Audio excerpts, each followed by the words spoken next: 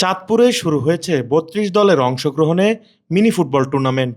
শুক্রবার বিকেল ৩টায় দাসাদি মাদ্রাসা মাঠে টুর্নামেন্টের উদ্বোধন করেন ঢাকা মহানগর উত্তর বিএনপির সহ দপ্তর সম্পাদক মোহাম্মদ ইব্রাহিম খলিল।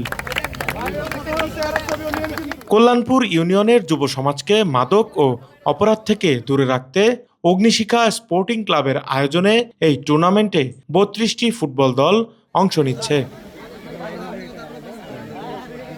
উদ্বোধনী অনুষ্ঠানে প্রধান অতিথির বক্তব্যে ইব্রাহিম খলিল বলেন, খেলাধুলা হলো সম্প্রীতির প্রতীক।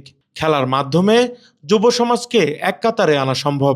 খেলাধুলা তরুণদের মাদক থেকে দূরে রাখে এবং সামাজিক বন্ধনকে আরও দৃঢ় করে। আমাদের বিএনপির ভারপ্রাপ্ত চেয়ারম্যান জনাব তারেক রহমান অত্যন্ত একজন ক্রিয়ামোদী মানুষ। উনি একটি নতুন স্লোগান সামনে নিয়ে এসেছেন যে ক্রিয়ার মাধ্যমে আমরা যুব সমাজ এবং দেশকে বদলে দেব।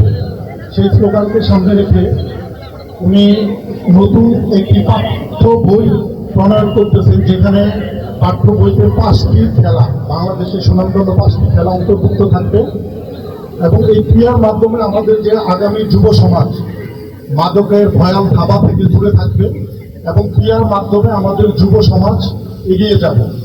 তৃণমূল পর্যায়ে এত বড় একটা টুর্নামেন্ট আয়োজন যারা করেছে সবাইকে অবশ্যই তারা সাধুবাদ পায়। আয়োজকরা জানিয়েছেন, খেলাধুলার মাধ্যমে যুব সমাজকে সম্পৃক্ত রাখতে ও একটি সুস্থ সমাজ গঠনে এ ধরনের আয়োজন অব্যাহত থাকবে। তারা সকলের সহযোগিতা কামনা করেছেন।